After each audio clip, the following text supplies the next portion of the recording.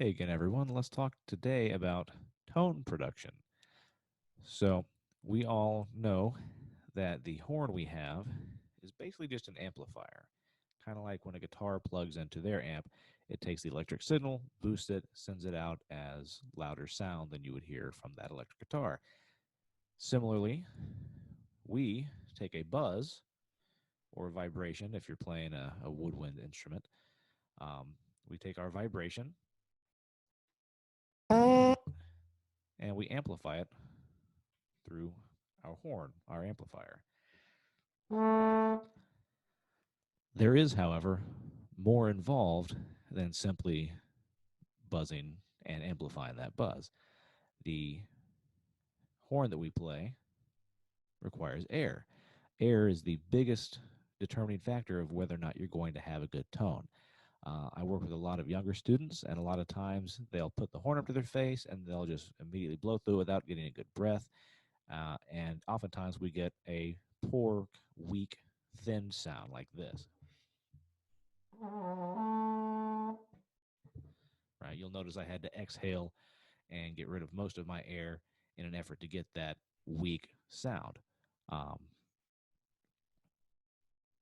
I typically, because I play trombone for a living, am usually breathing in a way that lets me play pretty well without necessarily taking a breath. That said, I've also conditioned myself. If I'm picking up a horn and putting it to my face, I'm probably taking a big breath.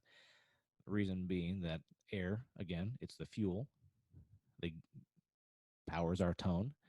Um, Also, it gives us the reserves behind everything to move around the horn. So you want to have it not just for a good tone, but also for your agility and moving around on the instrument. That said, having that big amount of air is the biggest determining factor. Also, the shape of our mouth. Um, how many of you have ever heard a singer that just sounds kind of thin? They sound, well, not good. It doesn't resonate. And that's a lot of the same issues that you'll have with trombone or trumpet or tuba or French horn or any of those things. And it's all determined on the shape of your mouth. And I don't mean just the shape of your mouth the way it is physically, but how you hold your mouth.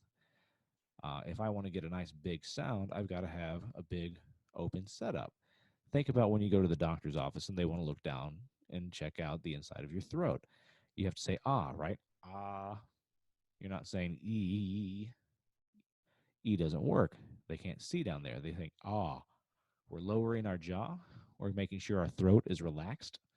And we're trying to have as big and open of a cavity in our mouth and throat as we can for the air to easily pass through. And doing that will allow us to have a bigger, prettier sound, assuming that we also have the air and fuel the air behind that. Here's an example. I'll do one with plenty of air, but everything closed up, and then I'll do one where everything's open and bigger, and then I'll give you a chance to hear the difference transitioning between. So here we go. Here's a thin, thinking E, closed up. Everything's tense and closed up.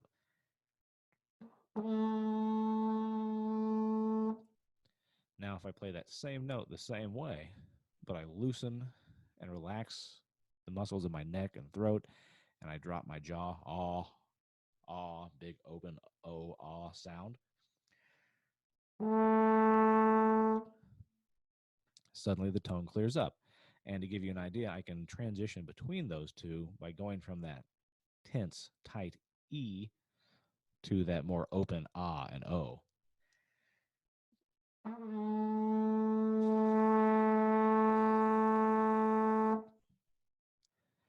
And that's going to be the fundamentals for getting a good tone. And you want to work on that, especially on your long tones.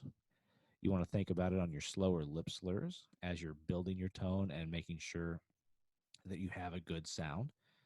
And that, again, that's all we mean when we talk about having a nice tone is your sound. Having the sound of your instrument be a pleasing and characteristic sound. So think about that when you're working on the simpler tasks of warming up and try and make sure you're getting the biggest, darkest, prettiest sound you can on your horn.